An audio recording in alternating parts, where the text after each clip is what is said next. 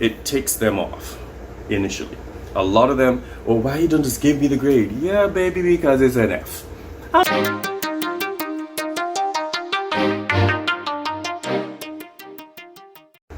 And welcome back to the Angry Teacher channel. I'm Richard Williams, the Angry Teacher. If it's your first time here, thanks for coming by. This is all about education, the good, the bad, the indifferent, for everyone who has some stake in the game, either student, admin, parent, teachers, whoever you are. It's all gonna be right here, right? So if that's something that you like, go ahead and like, subscribe, ring the notification bell for the next dope Angry Teacher video, so you'll know when it comes out, and so you can watch it to your heart's content and check out the other playlists. By the same token, if you've been here before, I love you all to death. Let's get into the video. Now, as teachers, we've all had this issue where we have a lot of kids, especially in the higher, the more challenging classes. They're focused on grades more than the learning that takes them to those grades. And so you have a lot of these programs that jump up and all this research that's being done about having kids not getting grades. When I've heard that, I'm like, what the heck? We've been taught to give grades. How do I evaluate this kid? But it's a thing. And now I'm gonna give you about 3 things that will kind of help Johnny get to the point where it's all about the learning and not necessarily the grades. All right, let's get into it. Adjust your language, and I'm still working with this. But instead of being punitive, be a little bit more encouraging. Now, if you don't do it well, I don't care. I already got mine. You gonna get your F, and we gonna move on. Maybe like, baby, you did so well on the first thing. I thought that the second thing would be great too. Or you didn't do such a good job of the first time. So let's try this again, and then I guarantee you'll learn something, and your grades will look better. Being a little bit more encouraging or different in approaching how you get kids to perform. Instead of saying, you know what, that's 4 Fs, and that's it. Because then they're gonna be like, oh, I don't care at this point, but we'll work on that, right, guys? Number 2, delay the grade. Conference with the student before you actually give them the grade.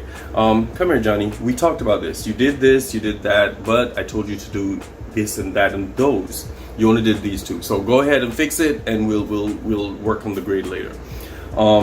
Allow revisions, especially in my subject area, English.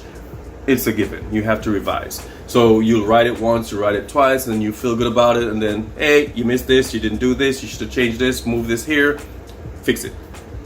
And then they get the grade going up.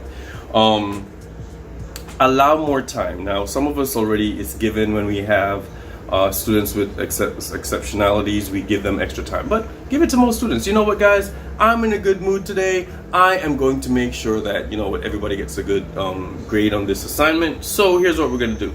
I'm going to extend the time. It's not due today, it's due tomorrow. Or, it's not due in an hour, it's due in an hour and a half. Whatever way you can get them to get to focus more on what they're doing, to do a better job and learn from their experience, and then get the grade that they deserve for it, then hey, that works better. I do this a lot. I give my kids, I say this every year. Why would you want an F when you can get an A? So go back, figure out what you did wrong. Here's what this is my suggestion. This is how you fix it. Go ahead and fix it, bring it back, and then we'll talk about it. It takes them off initially. A lot of them, well, why you don't just give me the grade? Yeah, baby, because it's an F. I'm trying to get you to that A. So go ahead and fix it, and we'll work from there, all right?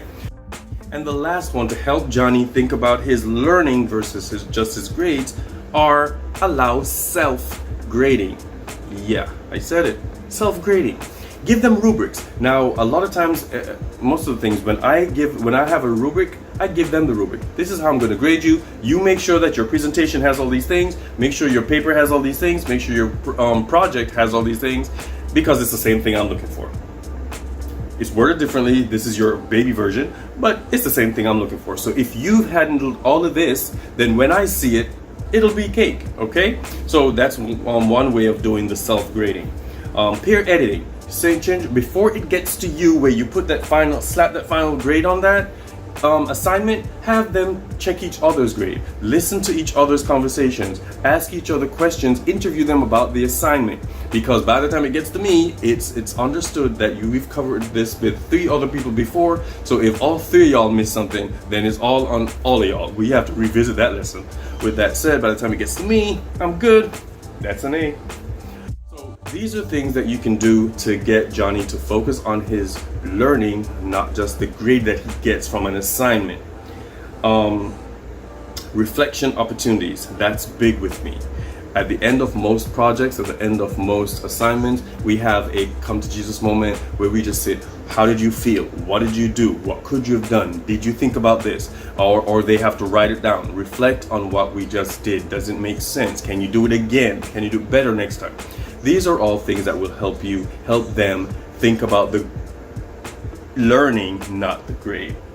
All right, guys, that's all the time I have for you right now. Go out there and make it a great day. Let's just go out there and teach. See you in the next video.